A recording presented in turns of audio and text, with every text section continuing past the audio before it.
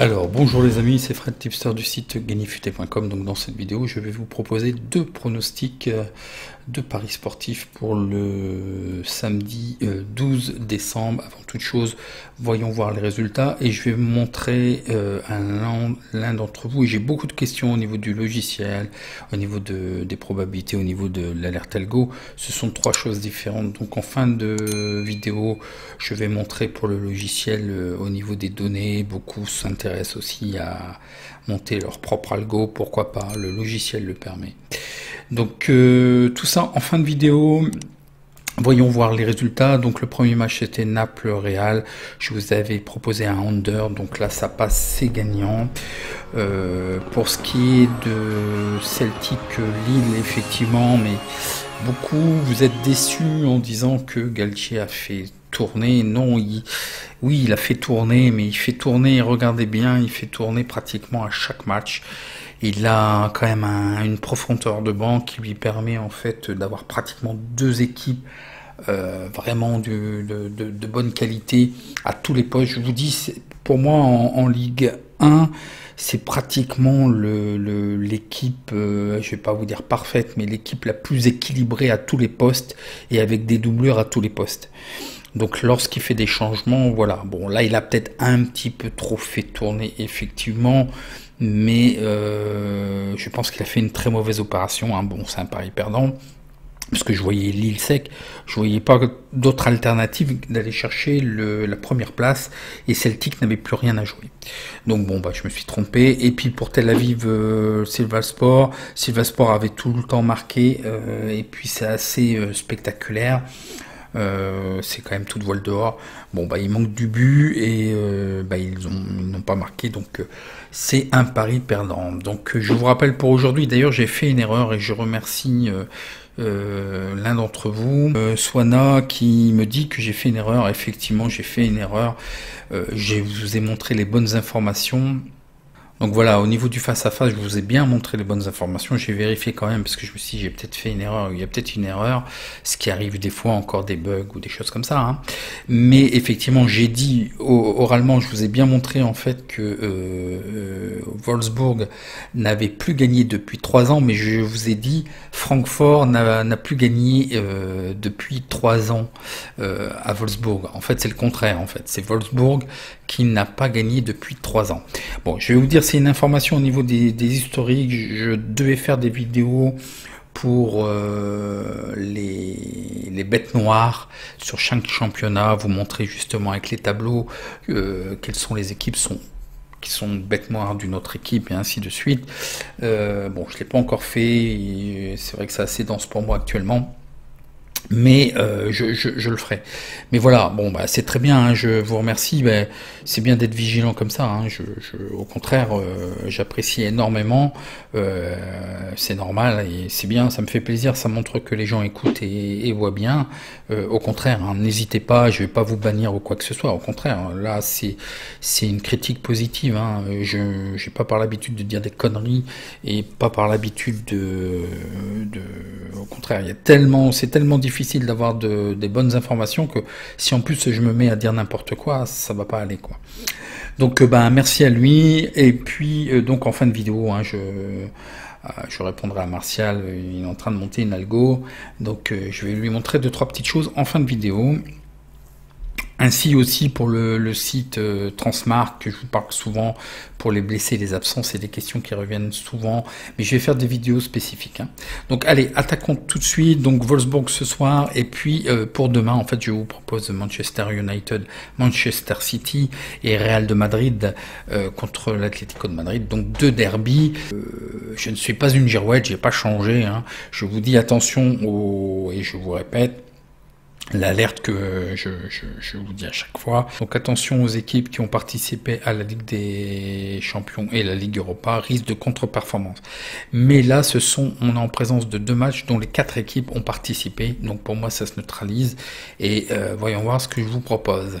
Donc l'avant-match futé, l'avertissement, je vous l'ai donné. Pour ce qui est du premier pronostic, allons-y tout de suite. Alors, Manchester United est 6e avec 19 points. Ils ont 1932 points Hello Rating, et Manchester City est 7e avec 18 points. Ils ont 1979 points Hello Rating. Donc c'est une bagarre pour les places européennes. Et puis ils sont en train de doucettement remonter au niveau du classement. Le face-à-face, une belle régularité et 4 matchs consécutifs gagnés pour Manchester United. Une certaine alternance pour Man City. Donc Manchester United gagne à 60%, match nul à 10% et perdent à 30%. Ils font des over plus 2,5 buts dans le match à 70%, des under à 30%.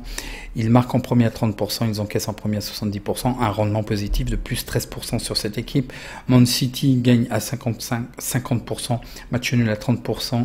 Ils perdent à 20%, ils font des over 2,5 buts dans le match à 30%, des under à 70%. Ils marquent en premier à 70%, ils encaissent en premier à 30%. Un rendement négatif, moins 33% sur cette équipe. Bah oui, parce que lorsqu'ils gagnent, ce sont des cotes massacrées. Le domicile extérieur, le face-à-face. Donc voilà, Manchester United a enfin gagné à domicile, parce que c'était là où ça blesse le plus, c'est qu'ils ont du mal à gagner à domicile, aussi étrangement que ça soit.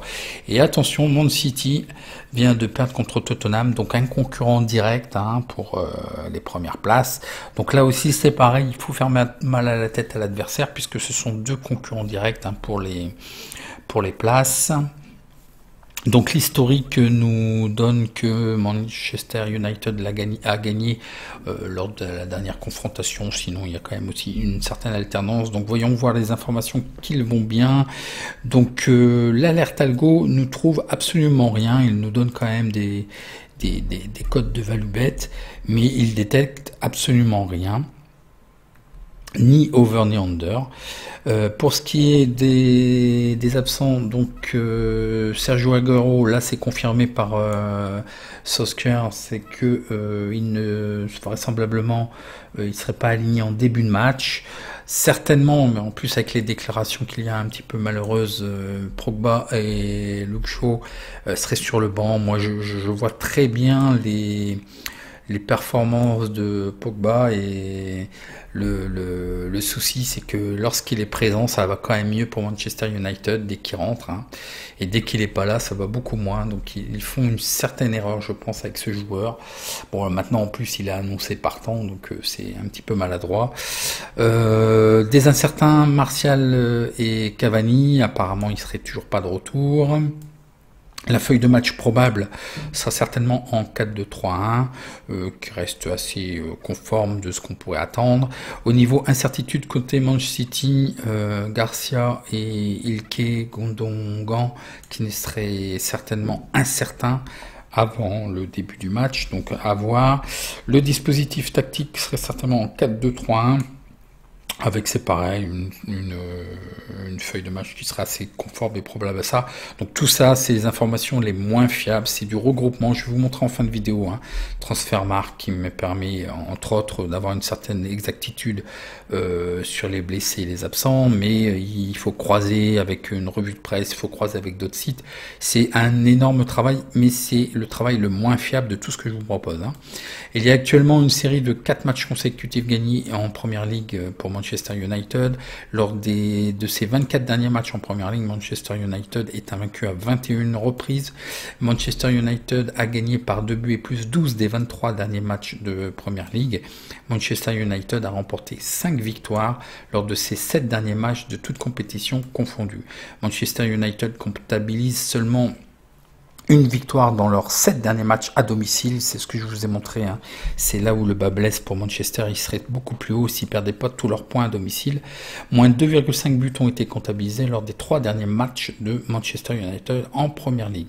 Pour Man City, ils ont réussi à garder une feuille propre, donc c'est-à-dire des clean sheets, aucun but encaissé lors des 5 derniers matchs de toutes compétitions confondues. Lors des 22 derniers matchs de toutes compétitions confondues de City, ils sont invaincus à 19 reprises.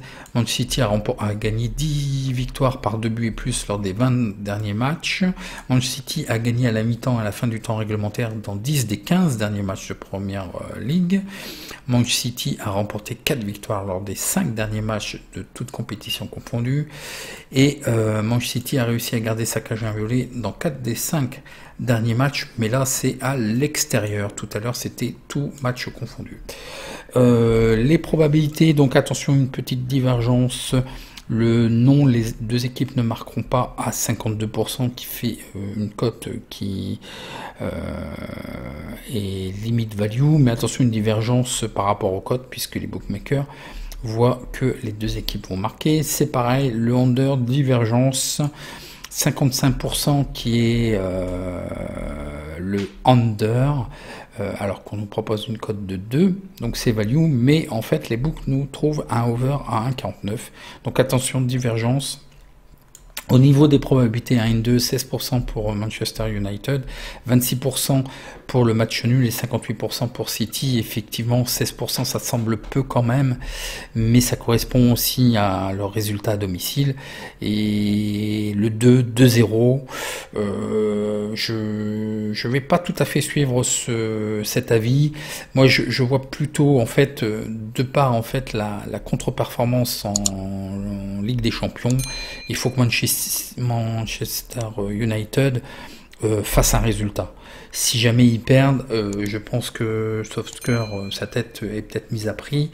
Là vraiment, voilà, il faut limiter les dégâts. Je pense qu'ils vont faire bien pour surtout ne pas perdre. Donc c'est pour ça que je vous propose le match nul, remboursé 6-2, et en plus ça nous fera une cote équivalente qui sera le plus intéressant, en plus 2,63. Alors voyez, si vous voulez le faire, tapez linka.us/calcu et vous aurez les calculatrices gagnées futées.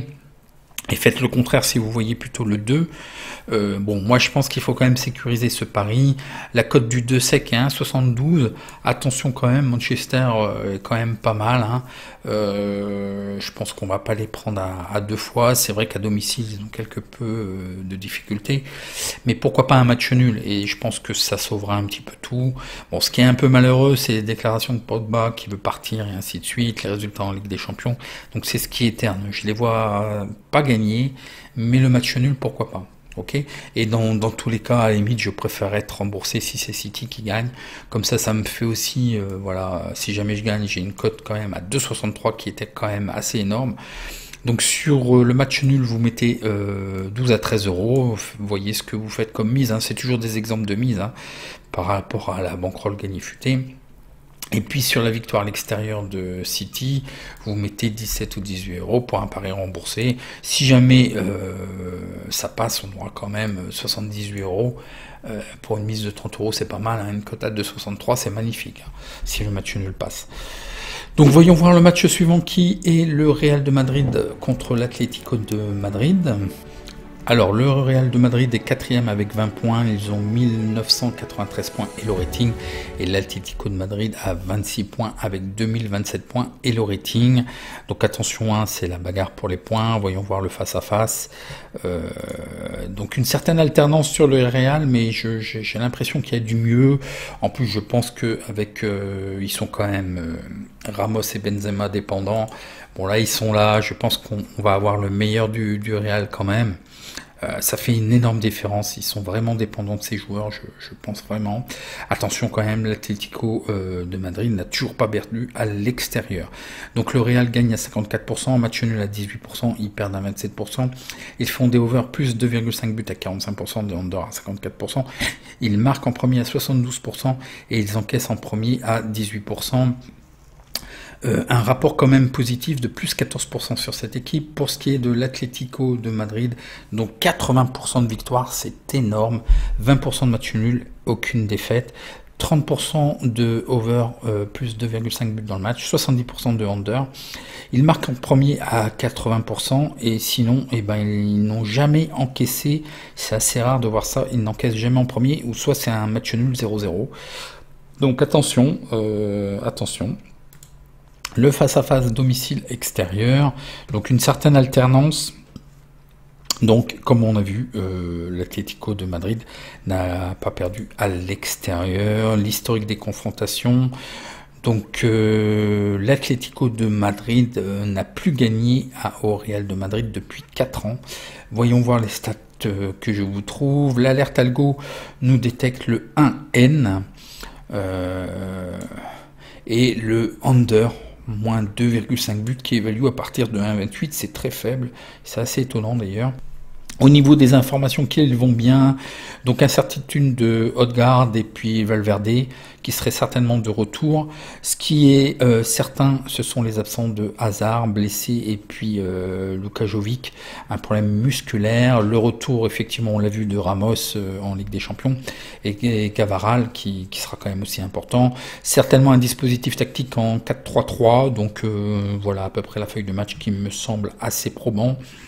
Pour ce qui est du Real de Madrid, les absents de José Jiménez, Diego Costa et Manuel Sanchez restent à l'écart pour des raisons de blessure. Pour ce qui est du dispositif tactique, le 3-5-2, voilà, ça me semble assez probant. Avec effectivement Suarez et Félix. Suarez qui était très furieux en Ligue des Champions d'être sorti, mais il revient de blessure. C'est certainement voilà le pourquoi du comment. Il se sentait peut-être bien, mais voilà, il y a ce match-là derrière. Il ne faut pas user toutes ses cartouches. Hein. Donc les statistiques lors des 49 derniers matchs en Liga du Real de Madrid, ils sont invaincus à 43 reprises, donc c'est quand même énorme. Lors des 14 derniers matchs à domicile de toute compétition, le Real de Madrid a remporté un total de 7 victoires avec plus de 2 buts. Lors des 12 derniers matchs à domicile de toute compétition, le Real de Madrid a remporté un total de 9 victoires. Lors des 3 derniers matchs de toute compétition, le Real de Madrid a vu moins 2,5 buts marqués. L'Atlético de Madrid n'a perdu aucun de ses 26 derniers matchs, donc c'est quand même énorme. L'Atlético de Madrid n'a réussi à gagner que 9 des 53 derniers matchs contre le Real, donc c'est quand même assez peu. Aucune défaite n'a été comptabilisée à la mi-temps lors des 22 derniers matchs de l'Atlético de Madrid en Liga. L'Atlético de Madrid a gagné 7 matchs consécutifs en Liga, donc c'est quand même énorme. L'Atlético de Madrid n'a pas perdu dans 26 des 28 derniers matchs de toute compétition. L'Atlético de Madrid a remporté 10 des 13 derniers matchs de Liga, et il y a eu moins 2,5 buts dans 11 des 14 derniers matchs de Liga pour l'Atlético de Madrid. Donc une constance sur les under, hein, moins 2,5 buts quand même. Sur les dernières performances, on a vu que les statistiques étaient un peu contraires pour le Real de Madrid. Donc les probabilités nous donnent le BTS non à 53%, et les bookmakers nous disent oui, vraisemblablement à 1,00. Pour ce qui est du l'over du under, c'est le under qui ressort à 55%. Donc tout ça, c'est pas value. Pour ce qui est des probabilités 1-2 et du score probable, 25% pour le Real, 43% pour le match nul, 32% pour l'Atlético de Madrid, le N0-0. Effectivement, je serais assez d'avis qu'il n'y aurait pas ou peu de buts, sachant qu'en plus 3 jours avant, il y a eu la Ligue des Champions. Mais d'un autre côté, je vais vous dire aussi le contraire. Alors souvent, vous me dites que je fais de la thèse et de l'antithèse, mais là vraiment, la plus grosse carte à jouer, c'est pour le Real de Madrid face à un concurrent direct. C'est là où on doit voir le Real de Madrid. Il faut que pour espérer être devant, c'est des matchs à gagner en fait. C'est les confrontations directes qui feront la différence au classement. Hein. C'est souvent le cas. Bon là, ce que je vous propose, c'est le match nul. Moi, je les trouve vraiment pas trop mal le Real. Il serait peut-être capable quand même aussi de gagner, et c'est ce qu'il faudrait pour les points et puis pour faire mal à l'adversaire. Donc en couverture, le 1, bon, c'est pas très value, mais vraisemblablement le under serait assez probant. Est-ce que vous voulez faire le match nul, rembourser 6 under, pour être encore plus gourmand. Moi, je le fais pas. Faites-le avec la calculatrice, hein, linka.us/calcu. Et moi, pour ce qui est de ce pari, c'est le match nul à 3,20. Vous mettez 17 € sur le match nul. Et sur la cote à 2,35, la victoire du Real, vous mettez 13 € pour un pari remboursé. On aura une cote équivalente à 1,84 qui est vraiment pas dégueulasse, hein. Donc ça, voilà, deux bons matchs, deux belles affiches et avec un petit promo là-dessus, je pense qu'on peut être bien. Donc voilà pour cette partie. Donc maintenant, alors je réponds à vos questions en commentaire. Et je vous demande un petit like, hein, parce que vous êtes nombreux à regarder les vidéos, mais vraiment, je vous demande pas grand chose, mais il y a vraiment très peu de likes par rapport au nombre de visionnages, hein. Quand je vois la vidéo de jeudi encore, hein, bon, je vois bien, il y a 100-200 réels fidèles et reconnaissants, et après, quoi, c'est des loose day, quoi. Bon, c'est pas grave, je ne pourrais aider que 100 personnes en privé, donc voilà. Alors maintenant, voyons voir pour... alors d'abord, la première question de Martial. Alors, je vous montre d'abord, voilà. Beaucoup de monde me demande pour les absents, les blessés. Alors, c'est un site qui est génial, qui était exclusivement en allemand, que je suis depuis 4-5 ans maintenant. C'est le seul site que je vous recommande pour le mercato, qui a vraiment une fiabilité et qui est reconnu dans le monde du football, en fait, et qui est consulté pour le prix et les performances des joueurs, hein. Donc c'est pas n'importe quoi que je vous dis, que je vous montre, c'est un top site pour moi. Il est très connu dans le milieu du foot. Le souci qu'il a, c'est qu'effectivement ils font des fiches comme ça. Alors pour y accéder, vous choisissez ici le pays, la compétition, l'équipe que vous voulez, et là vous avez un autre sous-menu, et là vous avez effectif, et vous avez les joueurs absents et les joueurs blessés. Et arrivé là, une fois que vous avez cliqué, laissez-le quand même charger, parce que par contre il est un peu long à charger. Pourtant j'ai la fibre optique et tout, mais je pense que c'est le rapatriement des données. Et là, il y a un tableau comme ça, le nombre de journées, chaque joueur. Vous avez les postes aussi, hein, gardien, défenseur central et ainsi de suite. Donc c'est très bien. Et vous voyez, lorsqu'ils sont absents, là, il marque carrément que la saison serait terminée pour Martial, hein, et Cavani, ce qui est assez étonnant. Je ne crois pas. Mais par contre, voilà, il vous met là par exemple pour De Geer, pour la 11e journée absent. Alors le souci, c'est que c'est très bien tout ça, ils sont très précis, mais c'est toujours sur la journée précédente. C'est exact, mais là il n'y a pas de projection pour la 12e journée, on est dans l'incertitude. Et souvent dans la semaine, si effectivement le joueur est de retour, et ben on n'a pas l'information.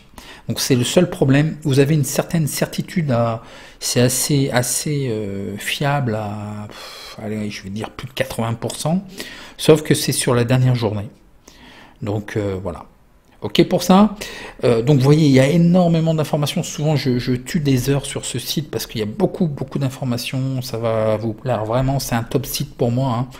C'est vraiment génial. Alors pour le rapatriement, beaucoup de questions autour du logiciel de statistique. Donc voilà, certains tableaux que je peux vous montrer sans qu'il y ait trop de choses de dévoiler. Donc voilà, vous avez énormément de données. Donc voilà, c'est très réactif quand même, hein. Et effectivement, toutes les données qu'il nous donne là, surtout pour ce qui est des cotes, voilà, on peut choisir Bet365, Betfair et Pinacle pour rapatrier les cotes. Donc il faut une adaptation effectivement, puisque là essentiellement je vous parle moi en Argel, je vous parle pas du tout, ça on le verra en privé au niveau du hors Argel, c'est d'autres stratégies, d'autres choses à mettre en place. Donc voilà, je vous l'ai montré justement à Martial, voilà, on peut choisir les exports et c'est effectivement automatique.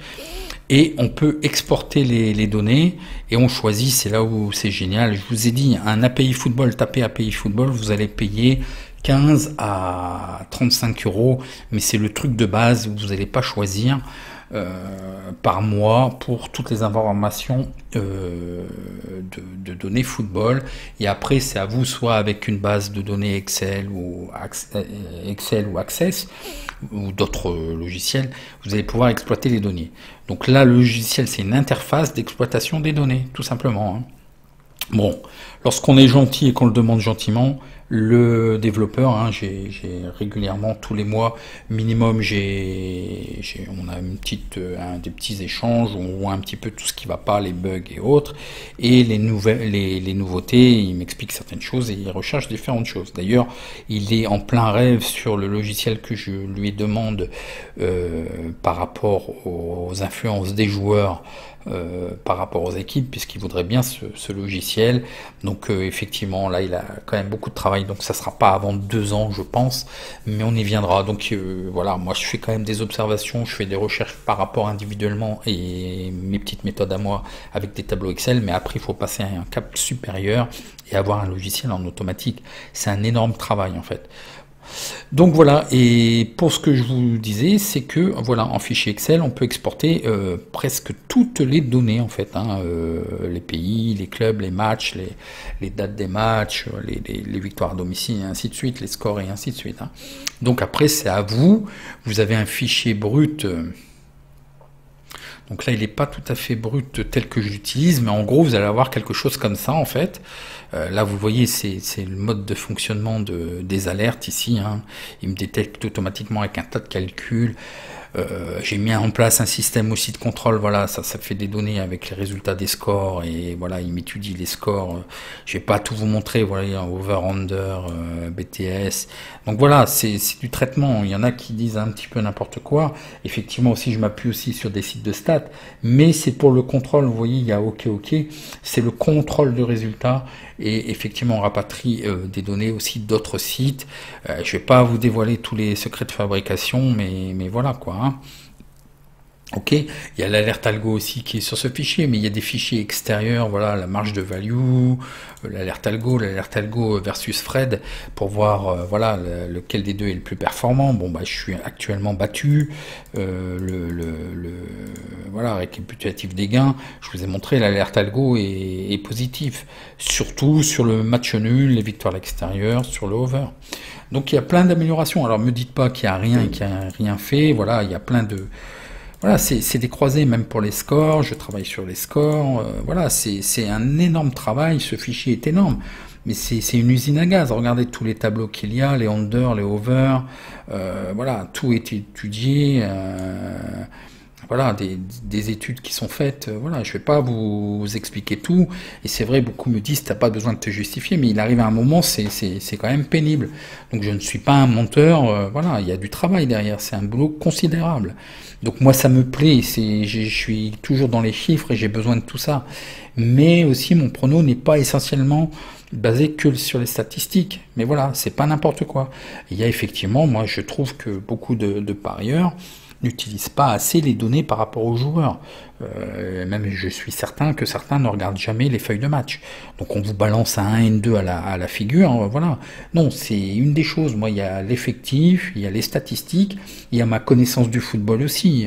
Attention, ça fait 30 ans que je parie, et voilà, je suis les équipes. Hein, je vous dis, je fais des stats sur les joueurs. Donc voilà. Qu'est-ce que je vais vous dire de plus, quoi? Voilà. Donc voilà, n'hésitez pas à poser des questions en commentaire et je répondrai. Il y a d'énormes questions, il faut que je fasse des vidéos spécifiques. Je vais faire des vidéos pour vous montrer un petit peu tout ça plus en détail, mais effectivement il y en a beaucoup qui s'intéressent aussi à monter leur propre algo. Pourquoi pas, effectivement, c'est une très bonne chose, et voilà, si on peut s'entraider et avoir des idées, pourquoi pas, hein, mais le mieux c'est d'acheter le logiciel, c'est le meilleur outil, c'est un logiciel qui va coûter 1000 € dans les années à venir, hein.